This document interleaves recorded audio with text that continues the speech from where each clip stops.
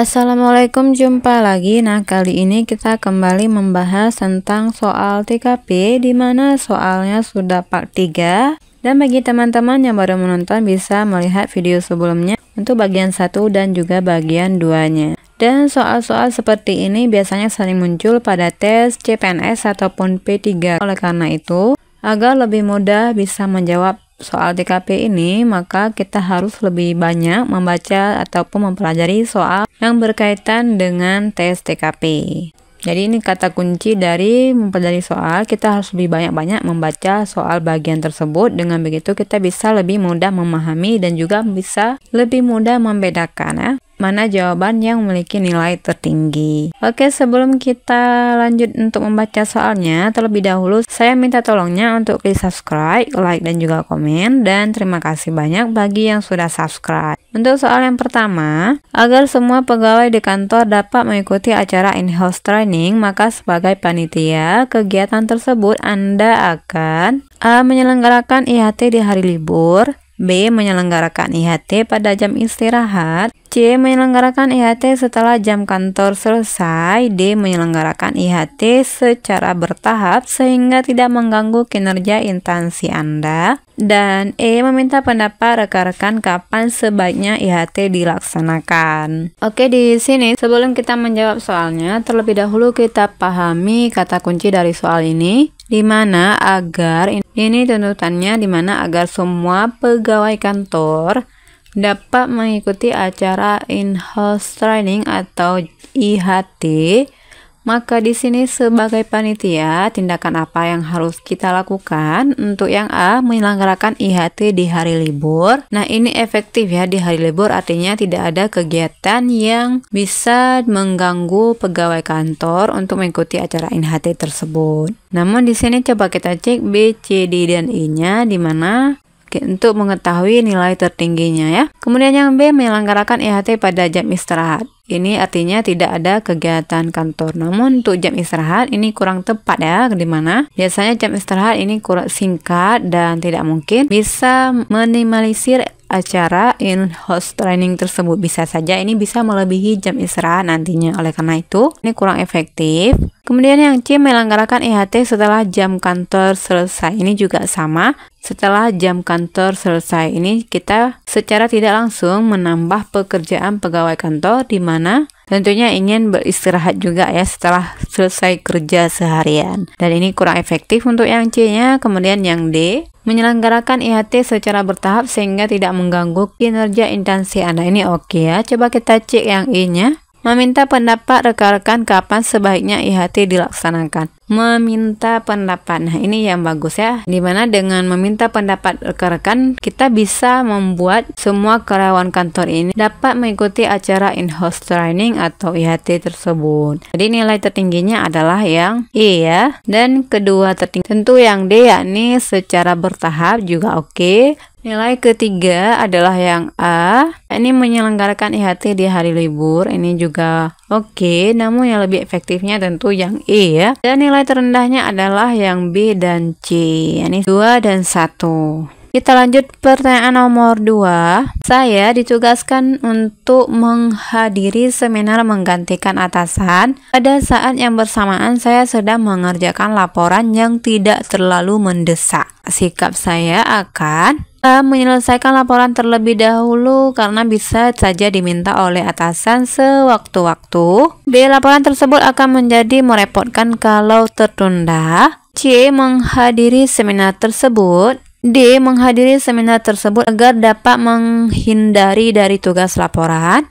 Dan terakhir yang E, menghadiri seminar dan mengerjakan laporannya nanti saja karena laporan belum harus segera diserahkan kepada atasan. Oke, di sini kita pahami bahwa kata kunci dari soal nomor 2 ini adalah kita disuruh menghadiri seminar ya. Untuk sikap kita sebagai karyawan kepada atasan tentunya harus bisa semaksimal mungkin bisa menggantikan atau bisa membantu atasan tersebut. Lagi pada soal ini kita sedang mengerjakan laporan, namun laporan yang kita kerjakan tersebut tidak terlalu mendesak. Untuk yang A, menyelesaikan laporan terlebih dahulu karena bisa saja diminta sewaktu-waktu. Nah, ini artinya kita tidak mengikuti acara seminar ya, atau lebih tepatnya kita menolak untuk menggantikan atasan. Nah, ini kurang efektif. Kemudian yang B, laporan tersebut akan menjadi merepotkan kalau tertunda. Ini juga sama ya, kita artinya menolak untuk menggantikan atasan.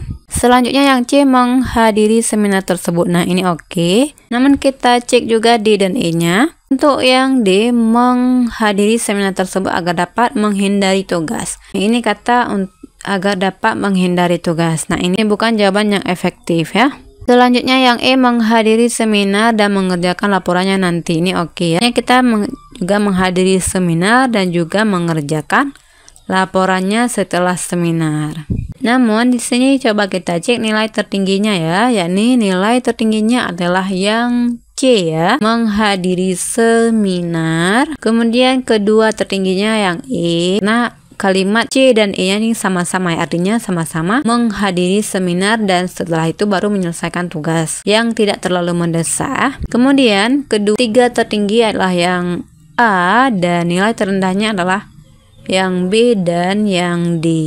Selanjutnya pertanyaan nomor 3. Biasanya ketika muncul suatu masalah dalam pekerjaan yang ada kaitannya dengan kewajiban saya, tindakan yang sering saya lakukan adalah A, langsung mencari kambing hitam penyebab masalah agar beban saya lebih ringan. B, mencari tahu apakah ada orang atau pihak lain yang juga ikut bersalah dalam masalah tersebut agar beban saya lebih ringan. Yang C, membiarkan masalah terus berlangsung, nanti juga akan selesai dengan sendirinya. Yang D, seharusnya ada orang lain yang membantu menyelesaikan hal ini sebagai sikap empati. Terakhir, tetap bertanggung jawab dengan hasil apapun dan mencari solusi dari masalah tersebut. Oke, di sini kata kunci dari pertanyaan nomor 3, di mana ketika muncul masalah. Ini pada pekerjaan ya, dan masalah tersebut ini berkaitan dengan kewajiban kita. Jadi tindakan apa yang paling efektif untuk kita lakukan? Untuk yang A, langsung mencari kambing hitam. Ini langsung mencari kambing hitam. Nah, ini tidak relevan ya, bisa saja kita bisa salah menuduh orang lain. Ini kurang tepat. Kemudian yang B, mencari tahu apakah ada orang atau pihak lain yang juga ikut bersalah dalam masalah tersebut agar beban saya lebih ringan. Ini juga sama ya, belum ada solusi untuk menyelesaikan masalah di atas. Kemudian yang C, membiarkan masalah terus berlangsung, nanti juga akan selesai. Ini kata membiarkan, ini masih nilainya rendah ya. Nah, tidak semua masalah itu bisa kita biarkan, mana pada pekerjaan yang terdapat masalah tersebut merupakan bagian dari kewajiban kita. Jadi ini kurang efektif juga. Kemudian yang D, seharusnya ada orang lain yang membantu menyelesaikan hal ini sebagai sikap empati. Nah, ini juga kurang tepat ya, karena kita mengharapkan bantuan orang lain, sementara pihak yang kita minta bantu belum tentu bisa menyelesaikan masalah tersebut. Kemudian yang E, tetap bertanggung jawab dengan hasil apapun dan mencari solusi. Nah, ini yang bagus ya, tetap bertanggung jawab dengan hasil apapun dan mencari solusi. Jadi jawaban yang tepatnya adalah yang E ya, artinya E memiliki nilai 5 dan nilai terendahnya adalah yang A. Kemudian C, dilanjut D, dan terakhir yang B. Kita lanjut pertanyaan nomor 4. Anda ditugaskan untuk menggantikan posisi teman sebelum pekerjaan tersebut seringkali tidak pernah Anda kerjakan. Maka Anda akan A, tertantang untuk mengerjakan dengan baik. B, merasa takut. C, bekerja seperti biasa. D, menerima dengan berat hati. E, menyiapkan alasan apabila tidak tuntas. Oke, di sini kita pahami ya bahwa isi soal dari nomor 4 ini bahwa kita ditugaskan untuk menggantikan posisi teman ya. Artinya kita menggantikan. Namun pekerjaan yang kita ganti dari posisi teman kita ini tidak pernah kita kerjakan. Jadi sikap kita dalam hal tersebut adalah tertantang untuk mengerjakan dengan baik. Ini oke ya, ini jelas. Kemudian merasa takut, ini juga oke ya. Namun ini kurang tepat ya, artinya kita sudah menyerah sebelum berperang. Kemudian yang C, bekerja seperti biasa, ini oke, bekerja seperti biasa. Namun untuk sebuah pekerjaan yang tidak pernah kita lakukan, ini biasanya tentu ada hambatan ya. Kemudian yang D dengan berat hati. Nah, ini oke ya. Kemudian yang E menyiapkan alasan apabila tidak tuntas. Ini juga. Nah, dari A sampai E ini semua mendukung ya jawabannya. Namun di sini yang paling efektif ataupun yang memiliki nilai positifnya ya, yakni nilainya adalah yang A. Ini tertantang untuk mengerjakan dengan baik. Kemudian pertanyaan yang kelima. Saya mengetahui bahwa atasan saya di kantor melakukan rekayasa laporan keuangan untuk kepentingan pribadi. Sikap saya sebaiknya A. Hanya dalam hati saja saya menyetujui hal tersebut.